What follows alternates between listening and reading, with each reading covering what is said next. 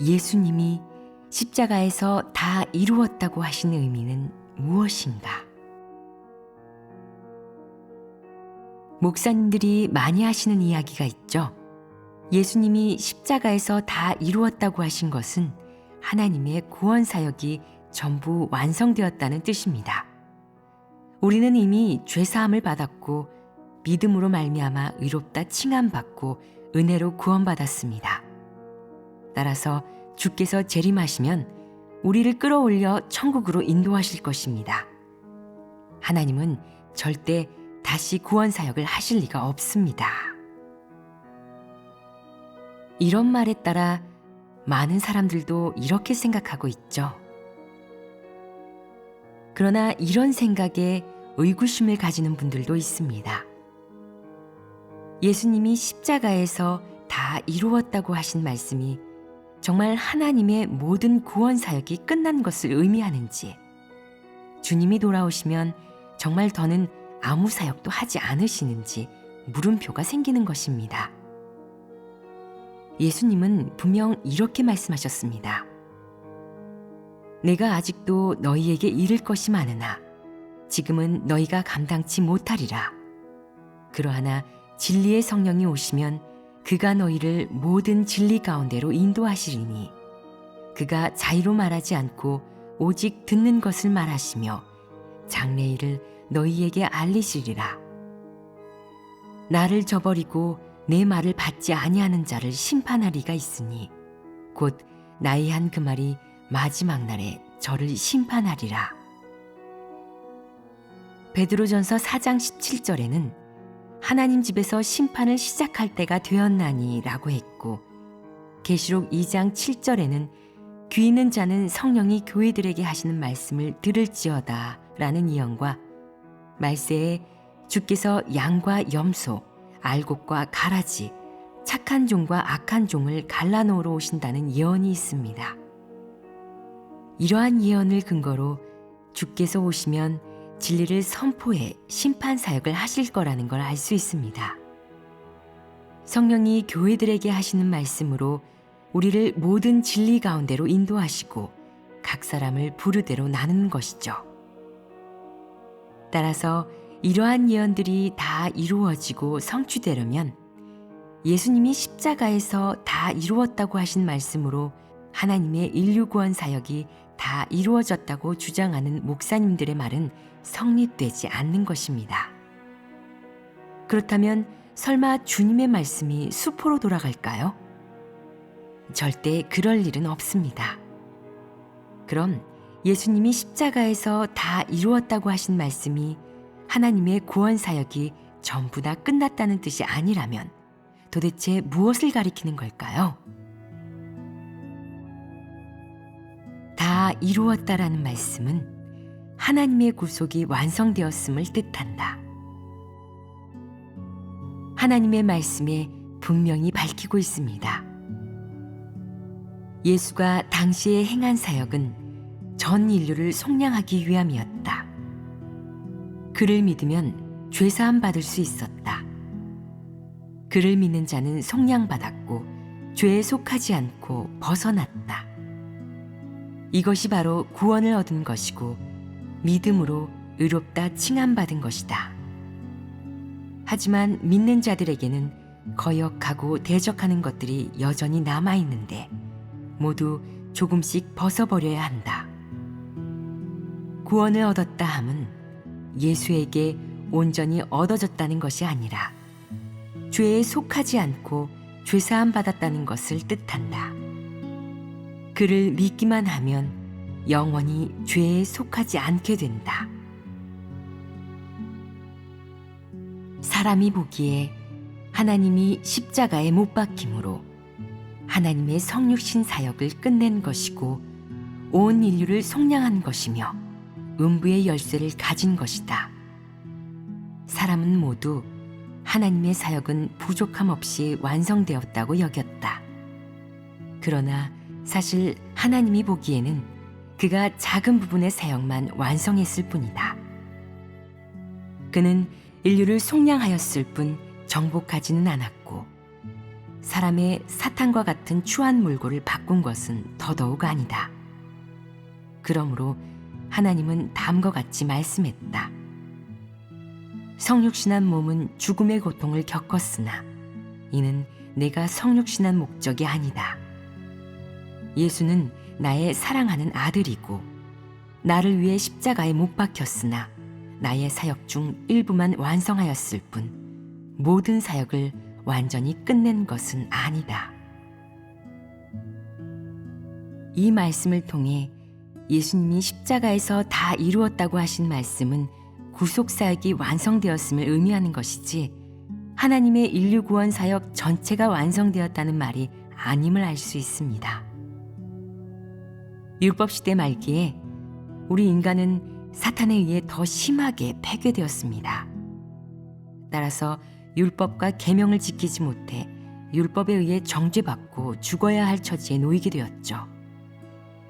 이런 인류가 멸망되는 것을 그냥 두고 볼 수 없으셨던 하나님은 친히 말씀이 육신되어 구속을 완성하셨습니다. 십자가에 달려 인류의 죄를 속량하시고 우리를 율법의 정죄와 죽음에서 구해 주신 것입니다. 그래서 예수님을 믿고 그의 앞에 나아가 진심으로 회개하며 죄를 자복하면 용서를 받았고 주님의 은혜와 축복을 누릴 자격을 받았습니다. 더는 율법에 의해 정죄받거나 죽임을 당하지 않게 된 것이죠. 이것이 바로 주의 은혜로 말미암아 구원을 얻었다는 것의 실질적인 의미이자 구속사역의 결과입니다.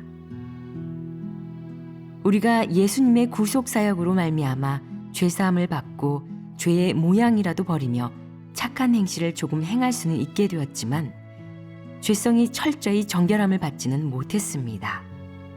즉 교만함, 이기적임, 비열함, 강교함, 음험함, 악독함, 탐욕스러움, 사악함 등의 사탄의 폐괴 성품은 여전히 우리 안에 깊숙이 자리 잡고 있고 우리로 하여금 늘 죄를 범해 하나님을 대적하게 만들고 있습니다. 몇 가지 예를 들어 보겠습니다. 첫째, 자기 자신의 이익이나 체면, 지위에 위태로운 상황이 생기면 수시로 거짓말을 하며 남을 속입니다. 둘째, 자기가 좋아하는 것을 보면 탐심과 악한 마음을 갖게 됩니다. 또 자기보다 뛰어난 사람을 보면 시기하고 질투하고 미워합니다. 셋째, 자기가 맞다고 생각하는 일에서는 교만하고 독선적이며 타인의 의견을 받아들이지 않습니다. 넷째, 주님을 섬긴다고 하지만 이방인들처럼 세상의 시류를 쫓아 재물을 탐하고 허영심을 채우려고 합니다. 나아가 자기 뜻대로 되지 않으면 주님을 오해하고 원망하며 심하면 주께 맞서고 대적하고 주님을 부인하고 배신하는 등등의 상태를 보입니다. 하나님은 내가 거룩하니 너희도 거룩할지어다 라고 하셨고 히브리서 12장 14절에는 거룩함을 좇으라 이것이 없이는 아무도 주를 보지 못하리라 라고 했습니다. 하나님은 거룩하신 분이기 때문에 천국에 더러운 자가 들어가는 것을 용납하지 않으십니다. 그런데 우리처럼 늘 죄를 범하며 주께 맞서는 존재가 과연 주의 얼굴을 볼 수 있고 천국에 갈 수 있을까요? 진정으로 구원을 입어 하나님께 속한 존재라고 할 수 있을까요? 그렇지 않은 것은 자명한 사실입니다. 그래서 말세에 하나님이 또 한 차례 구원 사역을 하시는 것입니다. 그 사역을 통해 우리를 죄의 사슬에서 철저히 구원해 하나님을 경외하고 순종하며 그의 뜻대로 행하는 사람으로 만들어 가시는 것이죠. 그래야 우리는 천국에 갈 자격을 부여받을 수 있습니다. 하나님이 말세의 심판 사역을 끝내셔야 진정으로 다 이룬 것이다. 하나님의 말씀을 읽어보겠습니다. 너희처럼 이제 막 속량된 죄인들은 변화의 과정과 하나님에 의해 온전케 되는 과정을 거치지 않았는데 하나님의 마음에 합할 수 있겠느냐? 지금의 너같이 고루한 사람을 예수가 구원해 온 것은 사실이다. 그리고 내가 죄에 속하지 않은 것은 하나님의 구원 덕분이다. 하지만 그렇다고 해서 내게 죄와 더러움이 없다는 뜻은 아니다. 내가 변화의 과정을 거치지 않고 어떻게 성결해질 수 있겠느냐? 내 안에는 여전히 더러움으로 가득하며 너는 이기적이고 비열하다. 그러면서도 예수의 강림에 함께하기를 원하느냐? 그런 꿈 같은 일이 있겠느냐? 하나님에 대한 너의 믿음에는 한 단계의 과정이 빠졌다. 너는 그저 속량되었을 뿐 변화의 과정은 거치지 않았다.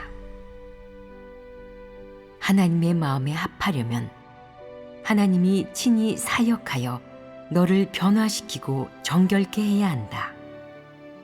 그렇지 않으면 너는 속량만 될 뿐 성결해질 수는 없다. 그리하여 너는 하나님과 함께 복을 누릴 자격이 없다. 너는 하나님이 사람을 경영하는 사역에서 한 걸음 뒤처져 있기 때문이다. 즉, 변화와 온전케 되는 중요한 한 단계를 거치지 않았기 때문이다. 그러므로 이제 막 속량된 너 같은 죄인은 하나님의 유업을 곧바로 이어받을 수 없다. 사람은 하나님의 십자가 사역으로 죄사함을 받기는 했지만 여전히 사탄의 폐괴된 옛 성품 안에서 살고 있다. 따라서 사람을 사탄의 폐괴 성품에서 완전히 구원해야 한다. 죄성을 완전히 벗겨버리고 더 이상 발전하지 않게 하여 사람의 성품이 변화되도록 해야 한다. 그러기 위해서는 사람에게 생명이 자라나는 길과 생명의 도, 성품이 변화되는 과정을 알게 해야 하고 그 길을 따라 실행하게 함으로써 점차적으로 성품의 변화를 받고 빛비춤 아래에서 살게 해야 한다. 아울러 사람이 하는 모든 일이 하나님의 뜻에 맞도록 하고 사탄의 폐괴 성품을 벗어버리게 해야 하며 사탄의 흑암 권세에서 벗어나 죄에서 완전히 나올 수 있게 해야 한다. 그래야만 사람이 완전한 구원을 받은 것이다. 사람은 속죄 제물로 인해 이미 죄사함을 받았다. 십자가 사역이 끝났고 하나님이 사탄을 이겼기 때문이다. 하지만 사람 안에는 폐괴의 성품이 아직 존재하며 사람이 여전히 죄를 짓고 하나님을 대적할 수 있기 때문에 하나님은 인류를 얻지 못했다. 그러므로 이번 사역은 말씀으로 사람의 폐괴의 성품을 들추어내어 적합한 길을 따라 실행하게 하는 것이다. 2단계 사역은 이전 단계의 사역보다 더 큰 의의를 가지고 있으며 성과도 더 크다. 지금은 말씀으로 직접 사람에게 생명을 공급해 사람의 성품을 완전히 새롭게 하는 더 철저한 사역이기 때문이다. 그러므로 마지막 성육신으로 하나님이 성육신한 의의를 완전케 하였고 사람을 구원하는 하나님의 경륜을 확실히 완성하였다고 하는 것이다. 이 두 단락의 말씀을 보면 말세에 예수님이 돌아와 왜 심판 사역을 하셔야 하는지, 나아가 심판 사역으로 이어지는 성과에 대해 분명하게 말하고 있습니다. 우리는 폐괴 성품으로 가득한 존재입니다.